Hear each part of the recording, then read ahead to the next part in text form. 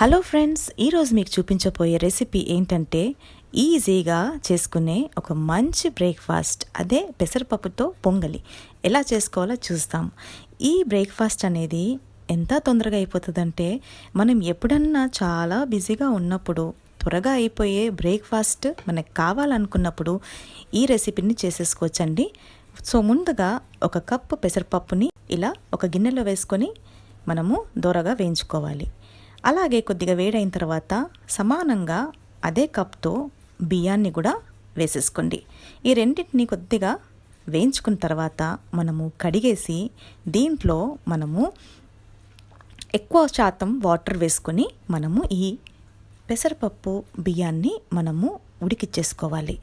చూడండి, ఇలా ఉడకాలి. మొత్తము అంతా ఉడికిపోయిన తర్వాత తగినంత ఉప్పుని యాడ్ చేసేసుకోండి. అలాగే దీన్ని పక్కకు పెట్టేసుకొని ఒక ప్యాన్ పెట్టుకొని ఈ ప్యాన్లో తగినంత నెయ్యిని వేసుకోండి. ఈ పొంగల్ అనేది నెయ్యితోనే చాలా టేస్టీగా ఉంటుందండి. సో ఇలా నెయ్యి వేసుకున్న తర్వాత నేను పచ్చిమిరపకాయలన్నీ అలాగే ఒక చిన్న అల్లం ముక్కుని తురిమి కరివేపాకుని వేసేసుకున్నానండి. అలాగే ఒక 1/2 టీ స్పూన్ జీలకర్రను కూడా వేసేసుకోండి. ఇలా వేసుకున్న తర్వాత ఒక 1 టీ స్పూన్ మిరియాలను కూడా వేసుకోండి. ఇవన్నీ కూడా కొద్దిగా వేయించుకోండి. చిటికెడు ఇంగువను కూడా వేసేసుకోండి.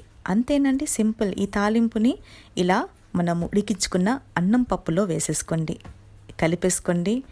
మంచిగా ఒక 5 మినిట్స్ ఉడికించుకోండి. ఉడికించుకున్న తర్వాత అంతేనండి, సింపుల్ ఈజీగా చేసుకునే పెసరపప్పు పొంగల్ బ్రేక్ఫాస్ట్. అందరు ఇష్టపడతారండి. రుచికరమైన బ్రేక్ఫాస్ట్ ఇది.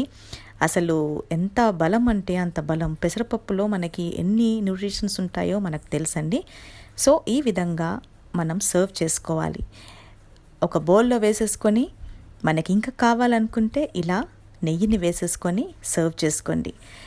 నా ఫస్ట్ టైం ఎవరైనా ఈ ఛానల్ చూస్తున్నట్టయితే సబ్స్క్రైబ్ చేసుకోండి, లైక్ ఇవ్వండి, షేర్ చేయండి. అలాగే పక్కకున్న బెల్ ఐకాన్ని కూడా ప్రెస్ చేయండి. సో నా వీడియోస్ అంటూ మీరు చూడొచ్చండి.